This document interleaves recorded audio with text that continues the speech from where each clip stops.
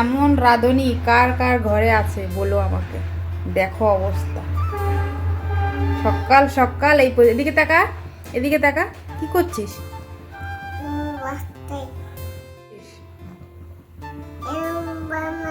কি বানাও? নুটি বানাও। কে খাবে এই নুটিটা? খাবা না পাপা খাবে? কে খাবে তাহলে? আমি খাবো না তোমার এই নুটি।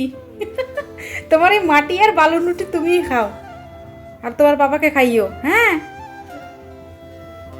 এত কাজ তুমি জানো, তাহলে আমার তো রান্নাঘরে আসতেই হয় না, তাই না? তুমি রান্না করো, আমি যাই। গুড মর্নিং, আমি তৃপ্তি। আমার নতুন আরেকটা ভিডিওতে তোমাদের সকলকে জানাই অনেক অনেক ওয়েলকাম আর আমার অনেক অনেক ভালোবাসা। এখন সকাল 8টা মতো বাজে আর আমি চলে এসেছি জলখাবার বানাতে। তবে এর আগে আমার ভাত রান্না করা হয়ে গেছে, যেহেতু বর ডিউটিতে যাবে সেজন্য রান্না বান্না করে ওকে খাইয়ে টিফিন প্যাক করে দিয়ে পাঠিয়ে দিয়ে তারপর আমি এখানে পরোটা বানাতে এসেছি। তবে আমাদের ঘরে রুটি হোক বা পরোটা তেল বা ঘি দিয়েই ভেজে খেতে হবে, না হলে কেউ খেতে পারে না। ওই ছোট থেকে ছেলেকে ঘি দিয়ে ভেজে ভেজে খাওয়া অভ্যাস করেছি, তারপর তো মেয়ে এলো, সঙ্গে ওরও অভ্যাস হয়ে গেল। আর সেই শুরু থেকে আমরা দুজনে খাচ্ছি বলে আমাদের আর ঘি ছাড়া ভালো লাগে না।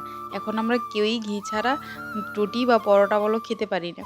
তো যাই হোক, এদিকে আমি রুটিটা বানিয়ে নিচ্ছি, ওদিকে আমার সবগুলো প্রায় বানানো হয়ে গেছে। মেয়েকে নিয়ে কি কাজ করা, চারটিখানি কথা বলো। সমানেও আমার সঙ্গে তাল মিলিয়ে কাজ করে যাচ্ছে, কি করবো আর, উপায় তো নেই। ওদিকে আমার সবগুলো পরোটা ভাজা হয়ে গেছে, তো এবার খেয়ে নেব। তো খাবো, তারপর রান্নাঘর পরিষ্কার করব। শরীরে না আর একটু বল নেই, সেই সকাল থেকে উঠে দাঁড়িয়ে দাঁড়িয়ে কাজ করছি, এখন আর দাঁড়িয়ে থাকতে পারছি না। খিদে পেটের মধ্যে চাউচুউ করছে। তো এদিকে আমার থালাগুলো বেড়ে নিয়েছি।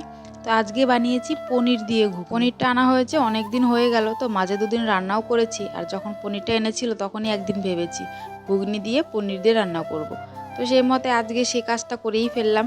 আর ছেলেমেয়েও দেখছি বেশ ভালো খাচ্ছে, ওদের পনির এমনি খাওয়াতে পারি না, তো ঘুগনিতে দেওয়াতে বেশ ভালোই খাচ্ছে। মেয়ে তো বেছে বেছে রেখে দিচ্ছে, ছেলে তাও একটু একটু খাচ্ছে আর একটু একটু রেখে দিচ্ছে। এদেরকে না ভালো জিনিস খাওয়ানো যায় না। বাইরে থেকে যে কোনো জিনিস কিনে দাও, চিপস বিস্কুট, পারলে প্যাকেটটা ধরেই খেয়ে ফেলবে না, কিন্তু ঘরে এত সুন্দর করে বানিয়ে দিয়েছি যাতে ওরা খেতে পারে, ঝাল কম দিয়েছি কিন্তু খাবে না। তারপর খাওয়া দাওয়া শেষ করে রান্নাঘরটা পরিষ্কার করে সব কাজকর্ম শেষ করে স্নান করে নিলাম।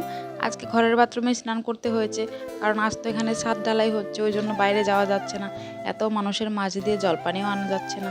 কাল রাতে যেটুকু এনে রেখেছিলাম সেটা দিয়েই কাজ চালাচ্ছি। তো এখন যাচ্ছি আমি দুধ আনতে। সামনের দোকানেই দাদা দুধটা দেন, ওখান থেকে দুধটা নিয়ে নিলাম। এবার যাচ্ছি ঘরের দিকে। আর এই দেখো সবাই মিলে এখানে কাজকর্ম করছে, আর ছেলেকে বসিয়ে রেখে গেছিলাম বারান্দাতে।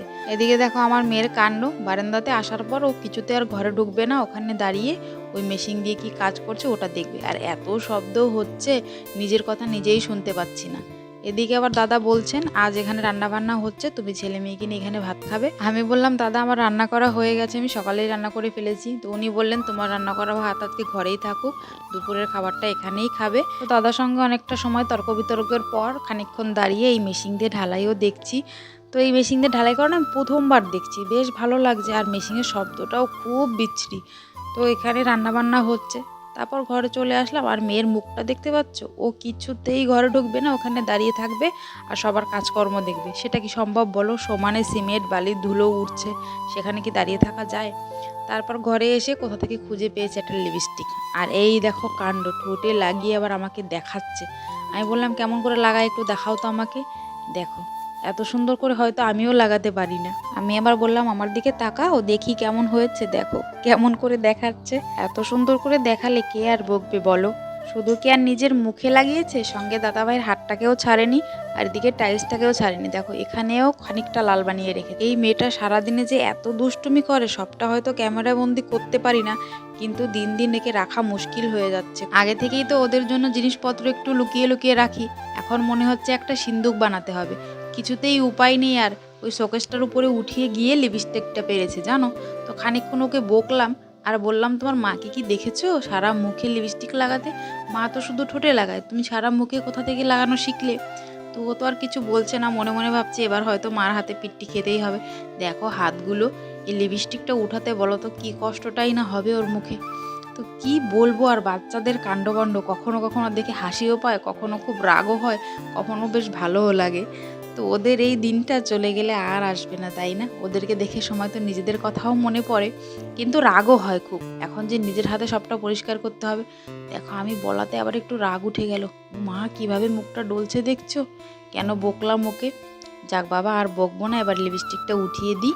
গামছার এক মাথা প্রথমে জলে ভিজিয়ে নিলাম, তারপর মুখটা আস্তে আস্তে করে ডলে দিলাম, কিন্তু উঠছে না কিছুতেই। ও আরও ব্যথাই পাচ্ছে। তো কি করি? তারপর খানিকটা নারকেল তেল দিয়ে গামছার মাথাটা ভালো করে চুবিয়ে নিয়েছি, আস্তে আস্তে করে ডলে ডলে উঠিয়ে দিলাম। তবুও নাকি ও ব্যথাই পেলো। বলো তো, বাচ্চাদের স্কিন এমনিই কোমল, তারপর যদি এরকমভাবে ডলাডলি করা হয়, ব্যথা কি আর পাবে না? যা হলো হলো, অনেকটাই উঠে গেছে, আস্তে আস্তে সবটাই উঠে যাবে, বেশি ডলাডলি আর করলাম না। তো এদিকে চলে আসলাম রান্নাঘরে, দুধটা জাল করে নেব। এত সময় ধরে ওদের সঙ্গে বকবক করতে করতে খিদে পেয়ে গেছে, তো খানিকটা মুড়িও মেখে নিলাম, কিন্তু ও আমাকে কিছুতেই খেতে দেবে না। তারপর ওকে গামলাটা ধরে দিয়ে দিলাম, বললাম তুই খা, তাহলে আমি আর খাবো না। তো এভাবেই দিনটা কেটে গেল। তো বিকেলবেলার কাণ্ডটা দেখো, কোথা থেকে এই ওয়াইপসের প্যাকেটটা পেয়েছে, সেখান থেকে সব টিস্যুগুলো টেনে টেনে বের করেছে। মানে ছেলেমেয়ের কাণ্ড দেখলে কখনো কখনো আমি অবাক হয়ে যাই, আর কত দুষ্টুমি করতে পারে এরা, বলো তো। পুরো প্যাকেটটা খালি করে দিয়েছে বের করে। দেখো আবার এটা দিয়ে যে কোথায় কি করতে হয় সেটাও জানে, মুখ মুছছে এটা দিয়ে। শুধু একা, সঙ্গে দাদাভাইটা যেও যোগ দিয়েছে।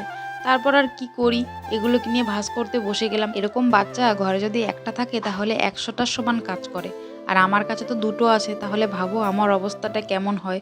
সত্যি আমি এদেরকে নিয়ে পারি না, কখনো কখনো এদের অত্যাচারে না কান্না বেরিয়ে যায় আমার। তো এদের সঙ্গে তো ভুগে ভাগে পারলামই না। তো বিকেলে চাটা বানিয়ে নিলাম, আর আমার বরের কাণ্ড দেখো, রাত 10টার সময় নিয়ে এসেছে চিকেন। তারপর চিকেনটা এখন রান্না করতে বসিয়ে দিলাম।